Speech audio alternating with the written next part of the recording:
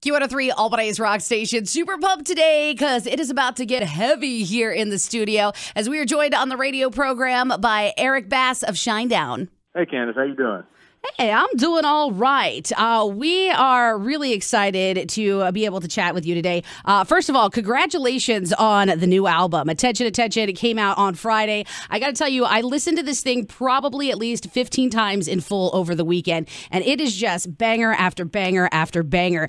I don't know how you guys keep this momentum up, but we're really excited for this one to be heard by the masses. Have you guys been getting a lot of big attention to the album in full as opposed to the singles on this one so far? Yeah, man, the reaction has been amazing. It really has caused us to take pause and smile a lot this week. I mean, the reaction has been great, and it was really what we hoped it would be. We really wanted to inject the energy that we get from our fans at shows and you know the rock and roll community in general, and take that energy and inject it into this record. And we honestly, and it's not in a fan service way, but we really wanted to make a record for our fans and for fans of rock and roll music, and make it loud, make it aggressive, make it sound dangerous, honest lyrics, and really write some songs about things that we have gone through and what we've gone through over the past 2-3 years, and knowing that a lot of other people have gone through those things as well, and giving them some lyrics that they can help them through their daily life, So we really are just been astonished by the great reaction we've had to the record, and couldn't be more happy with it. I got to tell you, it shows throughout the entire album. You could feel all of that. Everything that you just described, you feel it when you listen to the record. This one is different from other Shinedown records in a couple different ways. You guys decided to self-produce this one, and by self-produce, I mean you did a lot of the work on this one. Did you guys go into making this record with this thought in mind, or did it kind of develop organically? Yeah, it just kind of it came about through the writing process. As we were writing, we realized that a lot of the songs really sounded like they wanted to go together in more of I won't say a concept record, but a story record form. The subject matter, the sonics, all of those things, and I felt like in recording the demos and putting those things together and birthing these songs, so to speak, that I had a real scope over what the record wanted to be and how these songs wanted to work together, and what the record wanted to be sonically, what my vision was for that, and so it ended up that we never talked to any other producers. It just was sort of almost an understood thing amongst us that I was going to do it, and it's a big responsibility, being a producer and an engineer and a mixer as well. I've always been of the opinion that you really shouldn't produce your own band because you lose that outside perspective, right. Or you can lose it.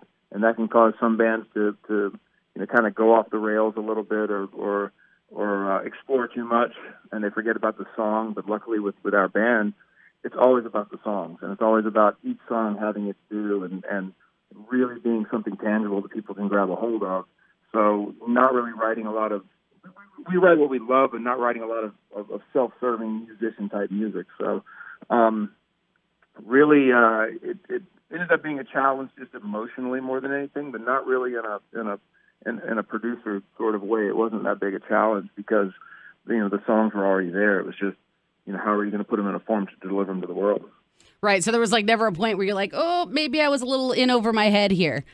No, not in that way. I mean, there were moments of during the mixing of the record, things like that where you're like, oh, this isn't turning out the way I want it to turn out, and you have to keep digging, and we call it digging in the dirt. That's what we call it in our band. You have to go digging. So, there were some moments of really wanting, struggling to turn these things into the finished form that I wanted to see. But there was never any, any moment of panic or anything about that, about actually producing the record. I mean, everything, happened the way it was supposed to happen. And I've got a great band, and we all love each other. We all still ride the same bus. In an era where we could all have our own ride, we all still ride together. We love each other. We get along really well. So I have that core group of guys around me to help me out through the process. And then also, other great people in the studio who, like Doug McKean, who engineered the record. And he engineered Green Day's American Idiot. And the Sound of Madness for Shinedown. So, here's a guy who's a Grammy Award-winning engineer. So, and Doug and I have a great relationship. So I had him there to sort of bounce things off of if I had any questions like, hey, man, am I getting too deep on this? Or, do I need to take a step back, or am I not going far enough? And, he was kind of there as a good sounding board. So, there was never any moment of self-doubt in that way, just really wanting to make sure that the end result was what the vision was. Oh, awesome. You had talked a little bit ago about a lot of people saying that this was kind of a concept album, but you think of it as more as telling a story. It was like back in the day, that's kind of how records were. The entire album told a story of the band. Nowadays, people are so into that instant gratification in the world of, putting out a single here and there. Did you guys kind of have an idea that this isn't something that you guys wanted to follow this time around, or just because this is the music you had, this is how the album turned out?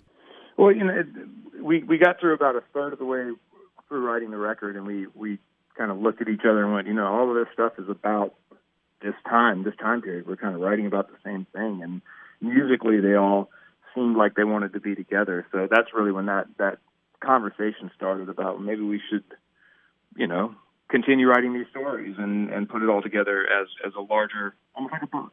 These songs are chapter in a book, and but that being said, we in our view, the record should be listened to beginning to end. It makes sense that way. It makes sense musically. It makes sense lyrically, sonically, everything to go from beginning to end.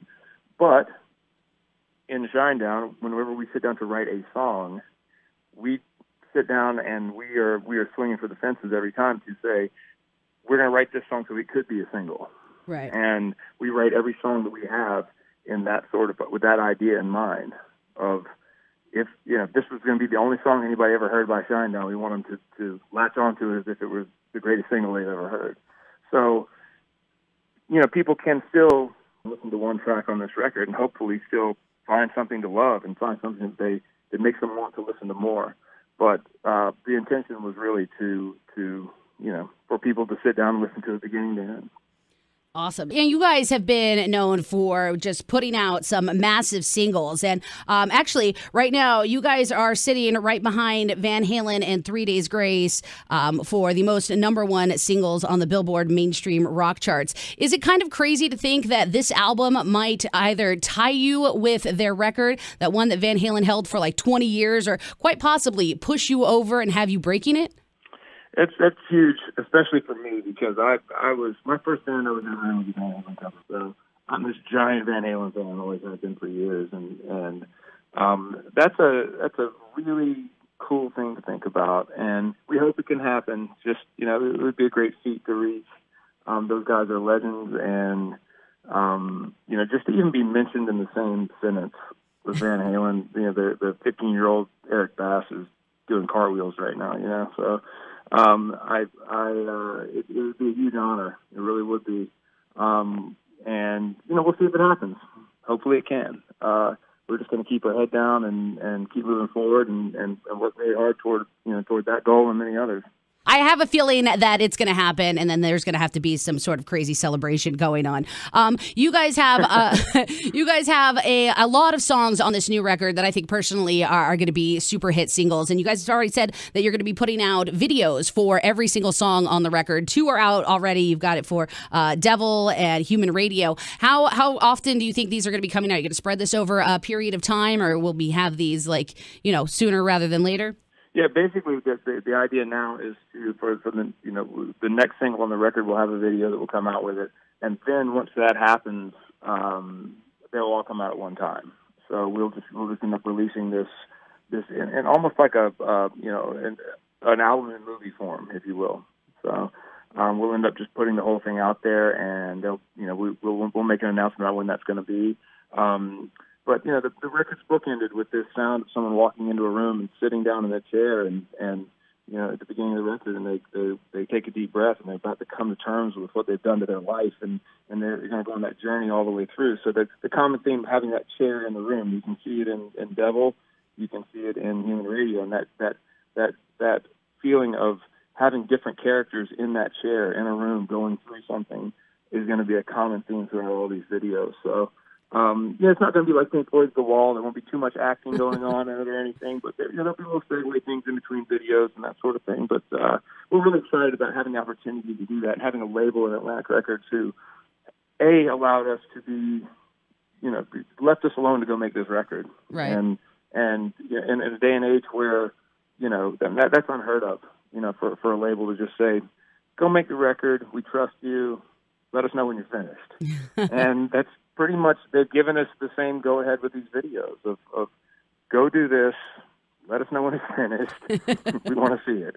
So that's an amazing feeling to know that your label has that much trust in you, especially for a rock band in this day and age. Seriously. Given that sort of leeway by a major label is just huge for us. So we could never do anything without them. I mean, I know a lot of people have a lot of opinions about the music business and record labels and that sort of thing. We're here to carry the flag for our label, and the fact that there are hundreds of people behind the scenes that allow the Shinedown machine to happen and are an integral part of our band and what we're able to do. So we're really excited about the videos, though, because just to be able to have an opportunity to do that. And Bill Ukick is the director. He was responsible for all of Beyonce's Lemonade stuff, where she did all those videos for her own record. So he also just finished a video with Marilyn Manson and Johnny Depp. He's a very artistic guy, and we're really excited about being able to finish that part of the vision with him. Awesome. So are these videos going to take the place of this sort of film documentary that it has been rumored that you guys have been working on for like years now? We did. We started working on, and a lot of what this record is about, Attention, is about the really dark time in our band, and we just kind of started in on that, and a lot of us fell apart, and in that, some of the drive to complete that fell apart. It's not going to take the place of that. I think that one day, we have a lot of footage, and I think one day something will come of that. We stepped back and looked at ourselves a little bit on film with some of that stuff, and I think the best way I know how to describe it is, how when you're trying to take that perfect selfie, to post on Instagram, and you're taking, you just can't get it right. Yep. And then you just say screw it, and you shut down Instagram because you don't want, I couldn't get it right. That's kind of how some of that felt, but we were in a really dark place and in a really weird time. So there will be a time and a place for it. I think there's too much interesting stuff there not to use eventually, but it's not taking the place of that. But this is just something that's more, I think, a lot more focused than what that was. So we're able to see this vision through with these videos.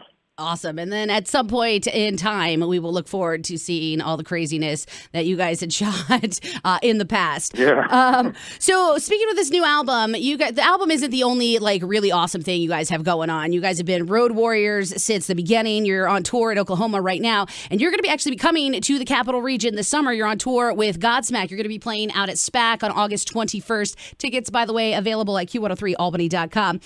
So with the new album, have it being intended to be listened to from beginning to the end, how are you going to translate the new music into your live set? We're taking it a day at a time as a band, and we're rehearsing new stuff, and we're putting songs into the set list here and there. The beautiful thing about being in Shinedown is we have so many singles that have been released that people want to hear.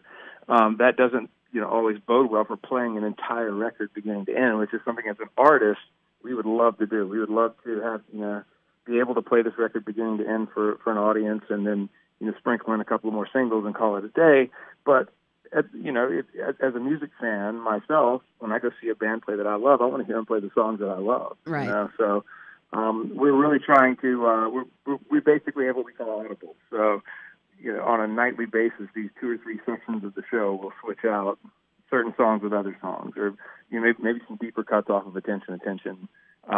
In place of some other songs, but we're always going to want to give people the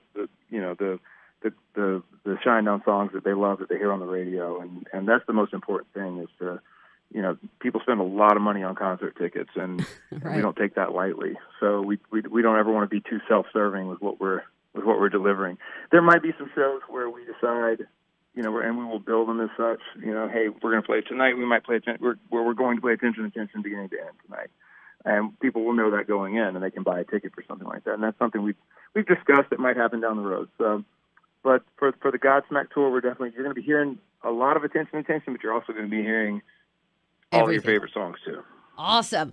Love it, love it, love it. Eric, I know that you're on the road and you probably have to get back to starting to do a show. So I'm going to thank you very much for your time today. We're really excited about Attention. If you don't have the record yet, it is absolute fire. Go pick it up right now and make sure you get your tickets to see Shinedown with Godsmack out at SPAC August 21st. Tickets at Q103albany.com. Eric, thank you again so much for your time today. Candace, we appreciate you. We appreciate all of the fans in Albany, and we can't wait to see you guys.